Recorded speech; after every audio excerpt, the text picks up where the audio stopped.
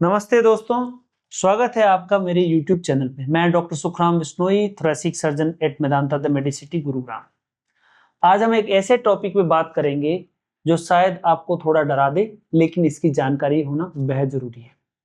तो टॉपिक है post TB haemoptysis, यानी टीबी के ठीक होने के बाद भी खून की उल्टी या खून की खांसी आ रही है, तो इसके बारे में बात करेंगे। जैसा कि महात्मा गांधी ने कहा था, health is wealth, it's not a piece of gold और silver but it's a real wealth. और इस रियल वेल्थ को बचाने के लिए हमें छोटी छोटी चीजों पे ध्यान देना पड़ेगा। खासकर जब बात आपके फेफड़े की हो तो हमें और ज्यादा ध्यान देने की जरूरत है, क्योंकि हर सांस के लिए हमें साथ देने वाला फेफड़ा ही है। हम सब जानते हैं कि ट्यूबरकुलोसिस एक गंभीर बीमारी है जो फेफड़े को नुकसान पहुंचाती है। अच्छी बात यह है कि मॉडर्न मेडिसिन की वजह से आजकल टीबी का इलाज संभव है और बहुत से लोग पूरी तरीके से ठीक हो जाते हैं। लेकिन क्या आप जानते हैं कि टीबी ठीक होने के कई साल बाद भी कुछ लोगों को खून की खांसी या खून की उल्टी हो जाती है। ये एक ऐसी स्थिति है जिसे लोग पोस्ट ट्यूबरकुलोसिस ट्यूबरकुलर हेमेप्टोसिस कहते हैं। ये सिर्फ एक छोटी सी खांसी नहीं है, बल्कि एक वार्निंग साइन हो सकता है जिसे नजरअंदाज करना हमारी सेहत के लिए खतरनाक हो सकता है। तो इस वीडियो में हम इस मुश्किल टॉपिक को आसान भाषा में समझने की कोशिश करेंगे। हम बात करेंगे ये क्या है, क्यों होता है, इसका पता कैसे लगाते हैं, इसका इलाज कैसे करते हैं, और सबसे इंपॉर्टेंट बात यह है कि हम ये समझने की कोशिश करेंगे कि नॉर्मल टीबी का रिकरेंस से अलग कैसे है। तो चलिए शुरू करते हैं। इस जानकारी भरी यात्रा को हम आपको पूरी जानकारी देंगे और इस पूरी जानकारी में हम कोशिश करेंगे कि आपको जिस फॉर्मेट में हमें समझाना है या सरल भाषा में, हम उसी भाषा को कोशिश करेंगे, मेडिकल वर्ड्स को अवॉइड करने की कोशिश करेंगे। पोस्ट टीबी हीमोप्टाइसिस या पोस्ट ट्यूबरकुलर हीमोप्टाइसिस आखिर कहानी क्या है? कहानी ये है कि इसका मतलब खांसी के अंदर सिंपल सी भाषा में बोले तो खून आ रहा है, या खून के टुकड़े आ रहे हैं, या बहुत सारा खून आपको एक साथ आ गया है। अब ये जब भी होता है तो इसका मतलब ये है कि खांसी जिस जिस खांसी से हमें नॉर्मल लेते लेते कभी प्रॉब्लम नहीं हो, और एक दिन सुबह आप उठे और सडनली आपको ये खून आ गया। अब ये क्यों हुआ? क्योंकि आपका जो पुराना टीबी जो ठीक हो चुका था, उसके बाद फेफड़े के अंदर जो चेंजेज आए, उसके कारण ये खांसी में खून आया। अब इसका कलर ब्राइट रेड भी हो सकता है, हल्का काला भी हो सकता है, या ये हो सकता है कि ये टुकड़ों के अंदर बाहर आ रहा हो, जिसको मिक्स होके और पस बन गया हो, ऐसा भी हो सकता है। अब ये बाल्टी भर भी हो सकता है और ये स्टिकी भी हो सकता है, बलगम के साथ भी आ सकता है, किसी भी फॉर्मेट में आ सकता है। कभी कभी ऐसा होता है कि बहुत ज्यादा आता है, जिसको हम मेडिकल इमरजेंसी कहते हैं, वो मैसिव हीमोप्टाइसिस होता है, जिसके लिए हमें तुरंत इलाज की जरूरत पड़ती है। ये याद रखना जरूरी है कि हर खून खांसी के अंदर आने वाला टीबी से नहीं होता है, लेकिन अगर आपको पहले टीबी हुआ है तो इसकी पॉसिबिलिटी को नजरअंदाज नहीं किया जा सकता कि टीबी की वजह से हो रहा है। क्यों इंपॉर्टेंट है? क्योंकि इंडिया में टीबी इतना ज्यादा रैम्पेंट है, इतना ज्यादा रैम्पेंट है कि लाखों हजारों लाखों लोगों को ये प्रॉब्लम होती है। इसलिए हमें ये बात ध्यान रखनी पड़ती है कि हम इस टॉपिक को डिस्कस करते हैं। वो ये है कि ये टीबी का कॉम्प्लिकेशन, एक सीरियस कॉम्प्लिकेशन हो सकता है।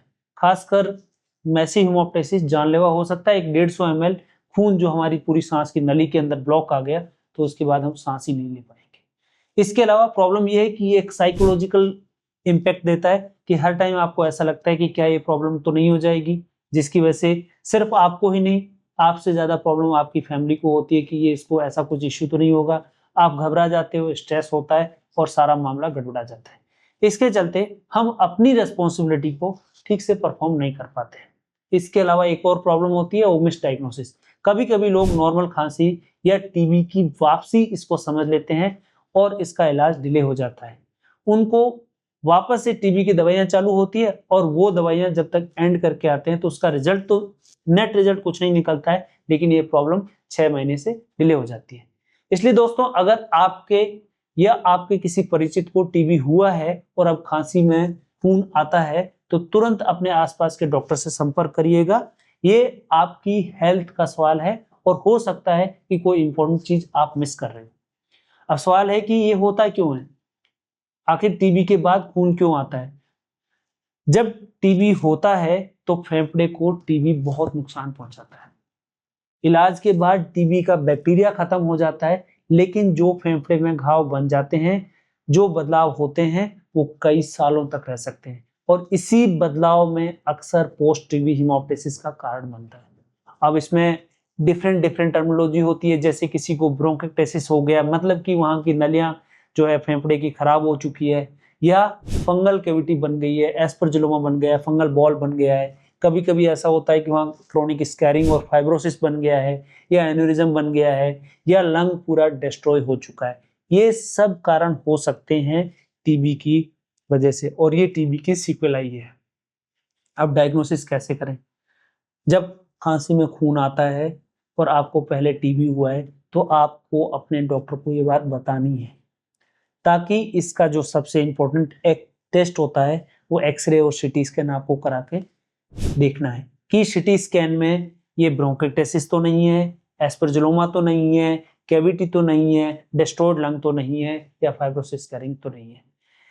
इसके अलावा कभी कभी इसके अंदर ब्रोंकोस्कोपी की जरूरत पड़ती है, जो हमें कंफर्म करती है कि फेफड़े के कौन से हिस्से से ये आ रहा है।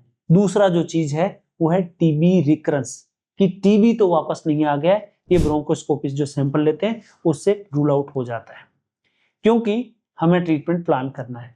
तो ट्रीटमेंट का जो मेन पर्पस होता है वो है खून को रोकना और पेशेंट की जान बचाना।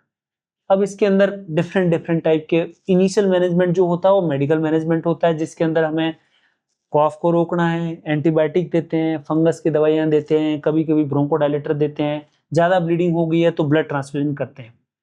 कुछ केसेस के अंदर बहुत ज्यादा इमरजेंसी होती है तो वहां पे ब्रोंकल आर्टरी एम्बोलाइजेशन करते हैं, लेकिन ब्रोंकल आर्टरी एम्बोलाइजेशन इसका कंप्लीट ट्रीटमेंट नहीं है, उसकी सक्सेस रेट उतनी हाई नहीं है।